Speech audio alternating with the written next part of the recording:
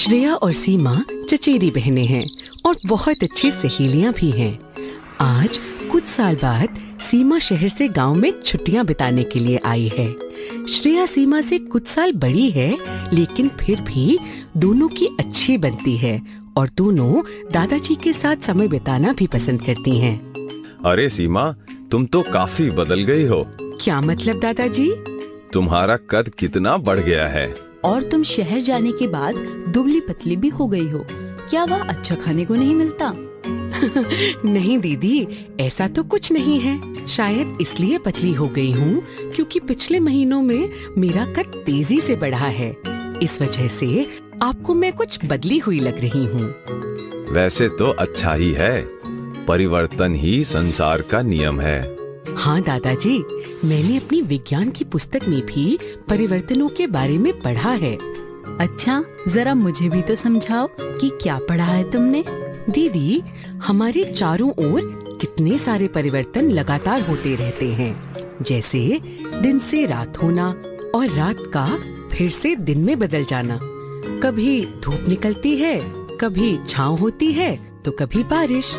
हर साल नई घास आती है, बड़ी होती है और फिर सूख जाती है। फल, सब्जियां आदि फलते हैं और फिर विगलित हो जाते हैं। दूध से दही बन जाता है, पानी वाष्पीकृत हो जाता है, कपड़े सूख जाते हैं। हर तरफ परिवर्तन होता ही रहता है। बहुत खूब बाबा, सीमा बड़ी भी हो गई है और समझदार भी। श्रेया, मुझे पता है तुम मेरी बातों में और भी जानकारी जोड़ सकती हो। बताओ ना। ये विषय बड़ा ही दिलचस्प है।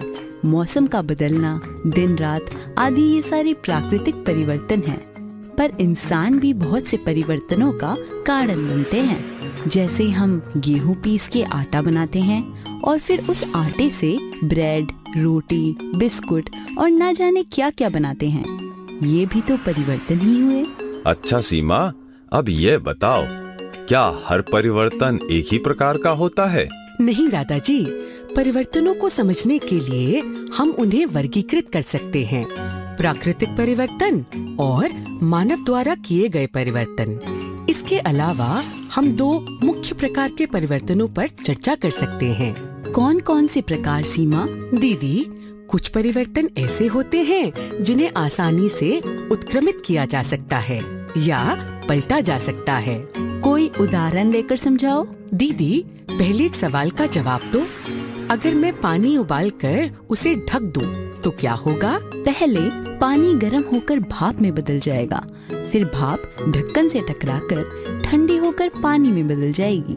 इसका मतलब पानी गर्म करने पर भाप बन जाता है और भाप ठंडी होते ही वापस पानी बन जाती है। इसलिए पानी का भाप बनना एक ऐसे परिवर्तन का उदाहरण है जो उत्क्रमित हो सकता है। देखो, मैं इस चादर की तह बना सकती हूँ, फिर इसे बिछा भी सकती हूँ और फिर दोबारा तह बना सकती हूँ। तो ये भी उत्क्रमित हो सकने वाला परिवर्तन हुआ। बहुत खूब सीमा। और अगर इस चादर को हम कैंची से काट दे तो यह उत्क्रमित नहीं होगा। इसी प्रकार किसी सब्जी को अगर तल दे तो वो भी वापस पहले जैसी नहीं हो सकती। और तुम जो लंबी हो गई हो, यह भी उत्क्रमित ना हो सकने वाला परिवर्तन हुआ। पर तुम वापस मोटी हो सकती हो और फिर से पतली भी हो सकती हो, तो ये उत्क्रमित हो सकने वाला परिवर्तन हुआ। आप बिल्कुल ठीक कह रहे हैं दादाजी। कई बार हम परिवर्तन करने के लिए कई चीजों का मिश्रण भी करते हैं। जैसे हम पीला और नीला रंग मिलाकर हरा रंग बना लेते हैं, या फिर तांबे और टिन को मिलाकर कांसे जैसी मिश्र धातु बना लेते हैं। बहुत खूब, तुम दोनों को परिवर्तन की अच्छी समझ है।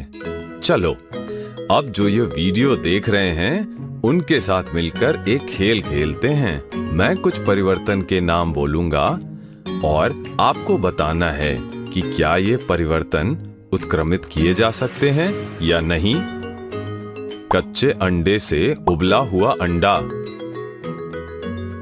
सही कहा, ये उत्क्रमित नहीं किए जा सकते। ऊन के धागे से बना स्वेटर, ये भी सही। हाँ, ये उत्क्रमित किया जा सकता है। अब मेरी बारी। गाय के गोबर से बायोगैस बनाना। हाँ, उत्क्रमित नहीं किया जा सकता है। मजा आ गया।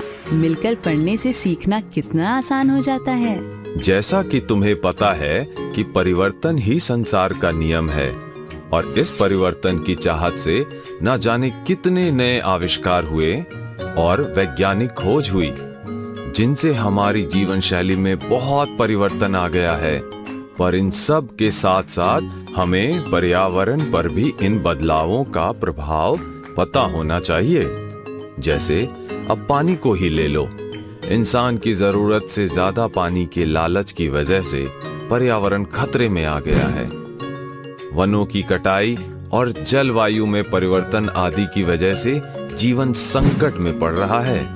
हाँ, इस बारे में मैंने टीवी पर भी काफी चर्चा देखी है और ये भी कि पेड़ पौधे इस परिवर्तन को कम करने में हमारी मदद करते हैं। दादाजी, क्यों ना हम अपने गांव में आज कुछ पौधे लगाएं? इससे हम कुछ तो अच्छा परिवर्तन कर पाएंगे। हाँ दीदी, चलो पौधे लगाते हैं। और दीदी, आज ही क्यों, हमें हर हफ्ते कम से कम एक पौधा लगाना ही चाहिए। बिल्कुल ठीक। चलो चलते हैं, लेकिन ध्यान रहे हमें उन पौधों का ख्याल भी रखना है।